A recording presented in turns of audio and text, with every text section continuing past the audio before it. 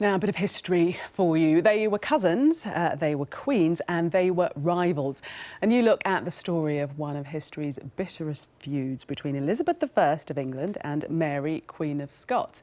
It's set to be revealed in a new book. And delighted to say, joining me now in the studio, royal historian and the book's author, Kate Williams. Welcome to you. Great to be here. I think they'd like to be here too, but we'd have to keep them separate. Because do you think was it that bad? was it that at times? It was, well, in the end, Elizabeth did execute Mary, so it did get pretty. It did get problematic friendship. That's as bad as it can get. But they were cousins. They were cousins. Elizabeth's father, Henry VIII, his sister, Margaret Tudor, was her grandmother, so they were cousins. They often addressed each other as sisters, as friends, two queens in one island. I think often, initially, before things got very bad, they saw each other both as two queens, two women in a man's world. So what turned the relationship?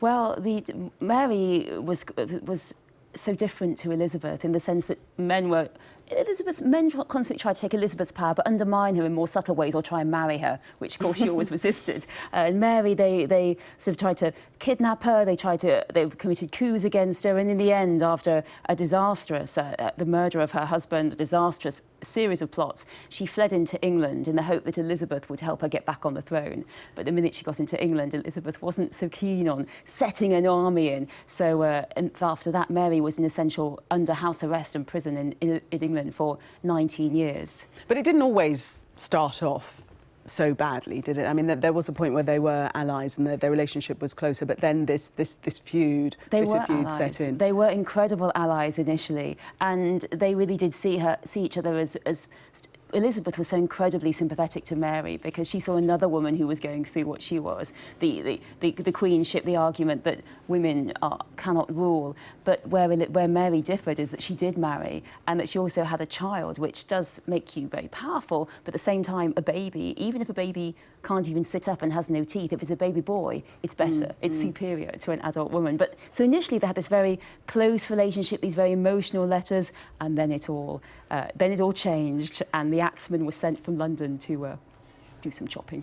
The end. You've done a lot of research, but what have you specifically found out that's new about them, about their relationship that we didn't previously know? Yes, I've been living in the archives, all the different incredible letters, wonderful ones. I know, exactly, that's what I've been, amazing letters all over the world. And I've been particularly fascinated by the murder of Lord Darnley, Mary's husband, who was murdered in Edinburgh. It was a massive explosion and it was a mystery who done it, but it's very clear that Mary's half-brother, who pretended to always be her friend, the Earl of Murray, he was always her friend. He was her half-brother, her father's son with a mistress, and he was the one who caused the murder. He was the one who set her up, and she was condemned and framed from the beginning. So it was almost as if she could never succeed. And there were always some extra great letters and really emotional letters I found from Mary that really do underpin how hard she tried and how easy it was for her to fail.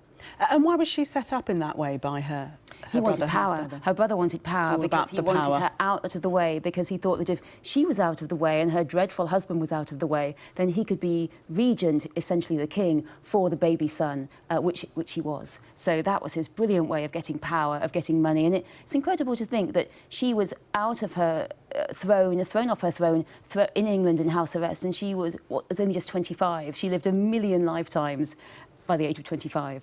Fascinating story, revealing new tidbits all the time. Thank you very much. Thank you for having me. Tell us about it, Kate. Thank you. Kate Williams there. Still to come, we have the sport with Nick, equally interesting.